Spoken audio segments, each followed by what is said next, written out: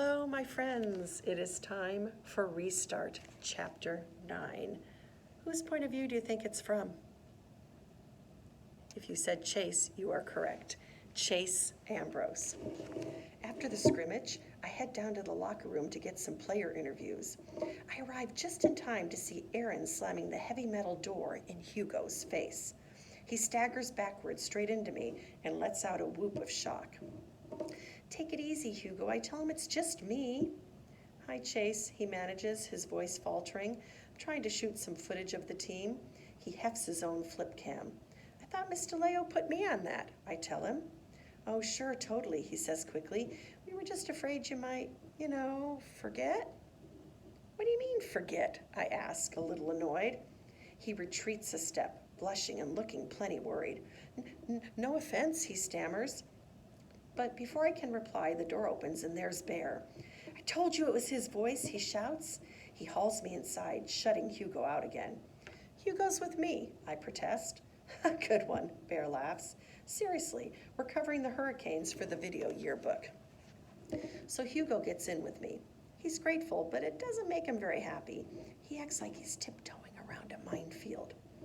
I get some high fives, but the team's not in the best spirits. After all, they just got steamrolled.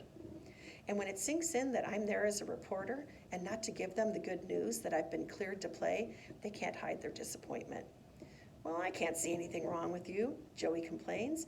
"You're not even in that sling anymore." I get it. Joey laid an egg as quarterback today. A good running game would take a lot of pressure off him. "It's the concussion," I try to explain.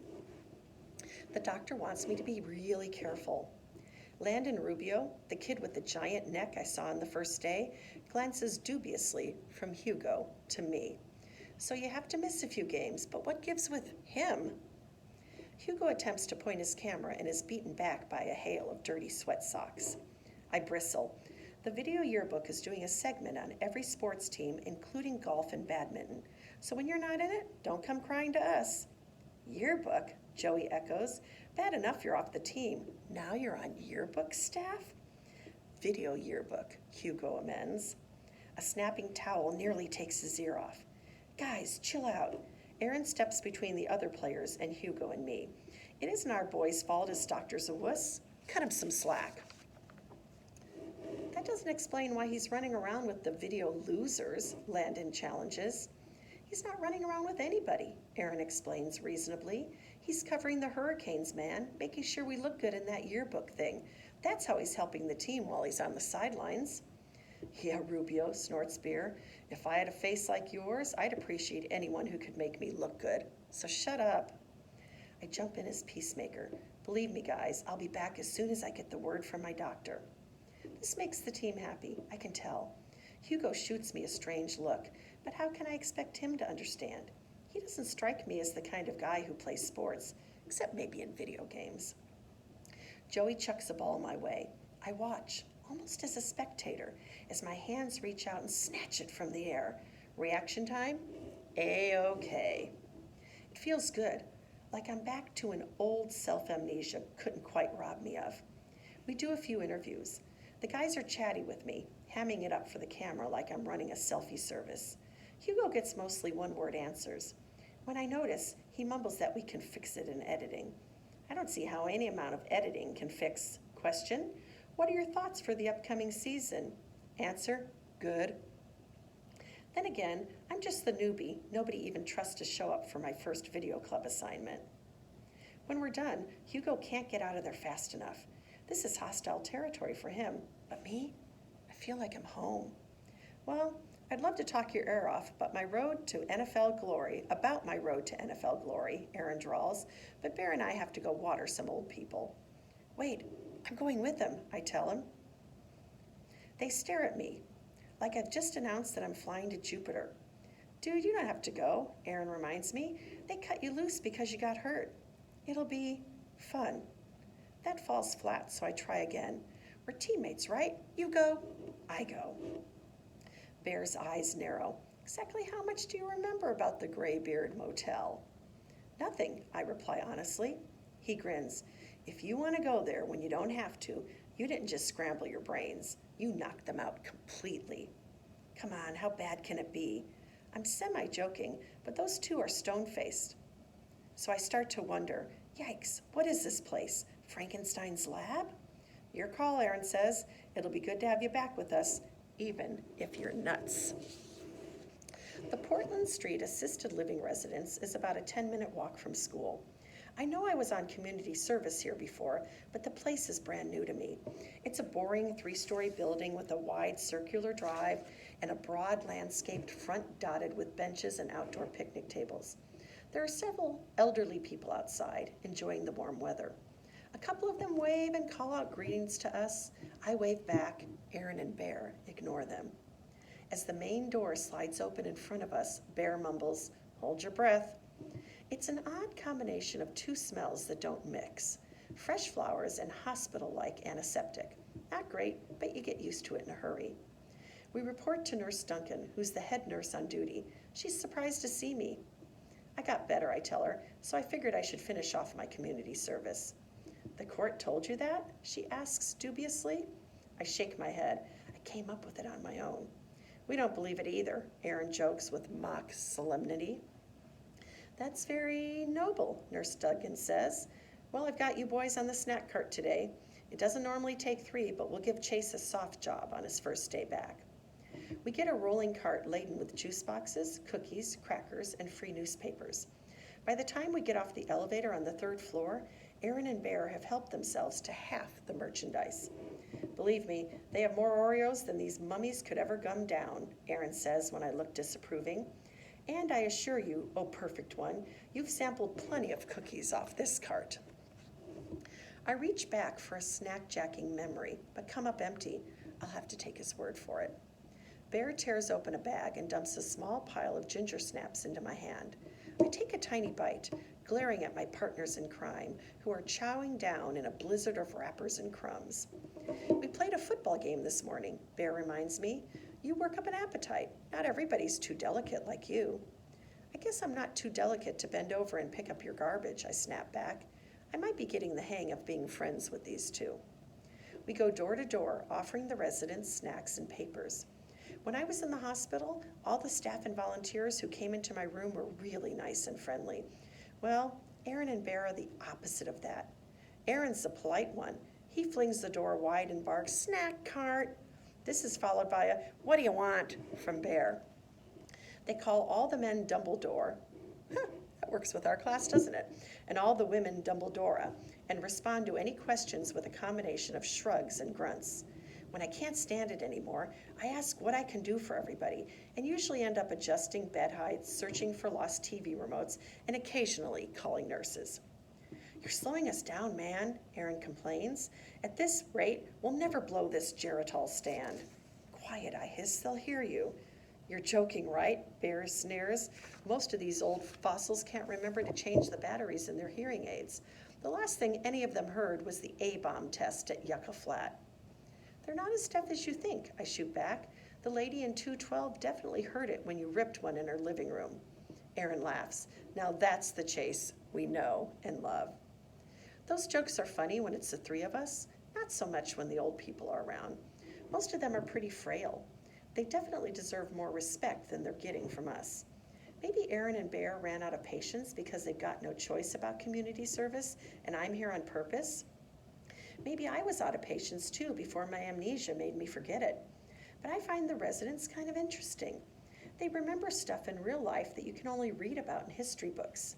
There's a lady in 326 whose father was one of the firemen on the scene of the Hindenburg disaster.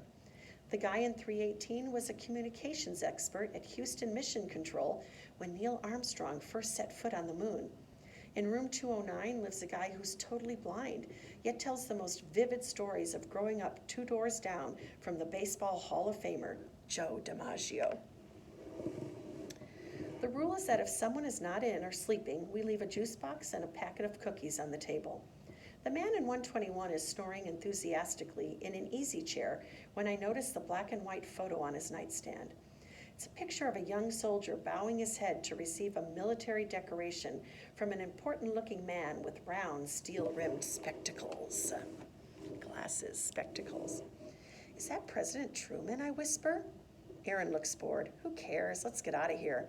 If this Dumbledore wakes up, he'll talk your ear off. But I'm hooked. The only medal you get straight from the president is the Medal of Honor. This guy's a hero. Big deal, Bear scoffs. Back in the day, there were so many wars that they handed out medals like Hershey's Kisses. I sigh and start to follow them to the door. I wonder what he did. They don't just give out the Medal of Honor for just any old thing. Probably slew a triceratops or something, Aaron suggests with a shrug. Come on, we're almost done. It was a pterodactyl, comes a sarcastic voice from behind us. We wheel around. He's sitting up now, an elderly man, a little bent at the shoulders with a shock of white hair. And I slew it with my stone knife. I step forward. Mister, that's you in the picture, right? No, it's Harry Truman. Can't you see I'm busy? Takes me half an hour to get out of bed and twice that to haul myself across the room with this stupid walker. He's obviously not busy. He just wants to be left alone. Maybe he doesn't like us very much. Apparently not all the residents are hard of hearing. Aaron and Bear are already slouching out of the room. Sorry, I mumble, following them into the hall. You've got a lot to learn, Ambrose, Aaron tells me. Get one of those Dumbledores talking about his war days and you'll be here till you're as old as he is. I have to admit, it's probably good advice. All right, I say, let's just finish. We work our way down the hall to the last room on the floor. Almost done, Aaron groans. Just Cloud 10 and we can get out of here. Cloud 10? I echo. You're going to love this one, Bear assures me. You know Cloud 9? Well, this old bag's at least one cloud up from that. Half the time she's convinced that this is some fancy hotel and we're room service. I see their point, but I feel kind of bad for Mrs. Swanson, who bustles around her living room in a frilly pink dressing gown dotted with sequin flowers. She's obviously losing touch with reality. There's nothing hilarious about that. At first she thinks we've come for a visit, and she asks us to move the furniture into what she calls a conversation grouping. Aaron and Bear ignore her, but what harm will it do, really? So I shuffle a few chairs, no big deal. My friends are mugging at me behind her back the whole time, trying to make me laugh. They might be the smart ones. By the time I'm finished sweating and breathing hard, Mrs. Swanson is looking at me like she's too polite to ask who I am and why I'm rearranging her apartment. Aaron and Bear are snickering out loud now. We drop off her cookies and juice and head for the door, but she comes bustling after us, waving her pocketbook. She digs around, comes up with a $20 bill, and offers it to me. Don't leave without your tips, she says. I take a step back. Oh no, I couldn't accept. Before I can manage another word, Bear's meaty hand snatches the money away. Enjoy your stay, he tells Mrs. Swanson with a big phony smile, and he's out the door like a shot, Aaron hot on his heels. I catch up to them in the hall. You can't take that money, that's like stealing. No, it's not, Bear replies. She gave it to me. Actually, she gave it to you, but you were too dumb to take it. Yeah, but, I fumble for the right words, you know as well as I do that the lady's not all there. That's discrimination, he says righteously. I'm not biased against dizzy old bats who haven't got a clue what the deal is. They can give me money just like everybody else. You don't know her. She would have gotten really upset if we hadn't taken it. She wants to believe what she believes. We're not here for kicks, you know, I insist. We got sent here by a judge. If we get caught accepting money from the residents, we could get a lot more than community service. Bear rounds on me in genuine amazement. You don't even have to be here, man. You made us bring you. I'm stubborn. Give the money back. Aaron tries to be reasonable. The museum pieces in this dump, they forget their own saggy butts if they weren't attached. By the time the door closed behind us, I guarantee Cloud 10 forgot we were ever there. If we go to her and try to straighten this out, it'll be like showing her how crazy she is. You want to be responsible for that? I know he's snowing me, but he's also kind of right. I doubt we could explain to Mrs. Swanson that she just tipped the community service guys. But even if we could, she'd be embarrassed and upset and probably more confused than before. We should give that money to charity, I mumble. Done, Bear agrees. It's going to my favorite charity, the Take a Bear to Lunch Fund. Well, who's up for pizza? We all laugh, but I'm laughing a lot less than those two. The whole thing leaves a sour taste in my mouth, and pizza is the last thing I'm thinking about. We stop in to see Nurse Duncan so Aaron and Bear can get their timesheets signed. I'm not technically on community service anymore, so there's no timesheet for me. Then we're heading for the pizza place like nothing ever happened. I keep looking at Bear, expecting to see the 20 glowing orange and burning through the pocket of his jeans. I can't explain it, but the more they goof around, tripping and shoving each other, the less appetite I have for lunch. You okay, Ambrose? Aaron tosses at me in concern. You don't look so hot. I'll catch up with you guys later. I pound back in the direction of Portland Street. I hang a left and sprint up to the assisted living residence, then dash in the sliding door and straight to room 100. I pull a fistful of crumpled bills from my pocket and fish out a 20. Aaron's right. I'd never be able to explain to Mrs. Swanson why I'm giving her money for what she could only see as no reason. No, my plan is simpler than that. I'll slip it right under her door. When she notices it, she'll just assume she dropped it. As I squat down and pass the bill through the gap between the door and the carpet, it occurs to me that if anybody sees me, it'll look like I'm the one doing something sleazy, not the one making it right. Luck is with me, though. I'm able to return the 20 unobserved. No, not return, I remind myself. I'm out $20 in this deal. I feel a little resentful when I picture Aaron and Bear feasting on pizza that I'm essentially paying for, but it's a small price tag for being able to sleep at night. As I make my way out again, I pause in front of 121, the Medal of Honor guy's room. I squint at the small plaque on the wall, Mr. Julius Solway.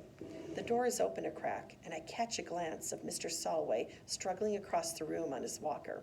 Suddenly, a baleful eye is glaring at me through the opening. You're back? Mr. Solway's raspy voice growls from inside. What do you want now? My instinct is to flee, but curiosity gets the better of me. Which war was it? I asked the old man. You know, where you won the medal? The Trojan War, he barks. Remember Achilles? I was the one who got him right in the heel. It stings, but I say, I didn't mean to disturb you, and start away. Korea, he calls after my retreating back. 1952. I turn. It's an honor to meet you, Mr. Solway. You must have done something really heroic. Everyone did, he replies gruffly. A lot of brave men are still buried there. They're the heroes. I'm just the one they picked to hang a bauble on. I can't help asking, what did you do? To earn the medal, I mean. I can still only see one eye, but it's impossible to miss the flash of impatience. I stood on my head and spit nickels. Listen, smart guy, when you get to be my age, you don't always remember the details of every single event in your life. But I don't expect a young punk like you to understand that. He closes the door. Old people are supposed to have wisdom, but Mr. Solway is definitely wrong about me. I've already forgotten more than he'll ever know. It's the end of chapter 9. That was a long one. Thank you for sticking with me. Remember to check your activities tab for the response to this chapter. And I'm really impressed with how you're being more thoughtful, giving more details, expanding your sentences, and being very careful in your editing. It makes this woman so happy. Thank you.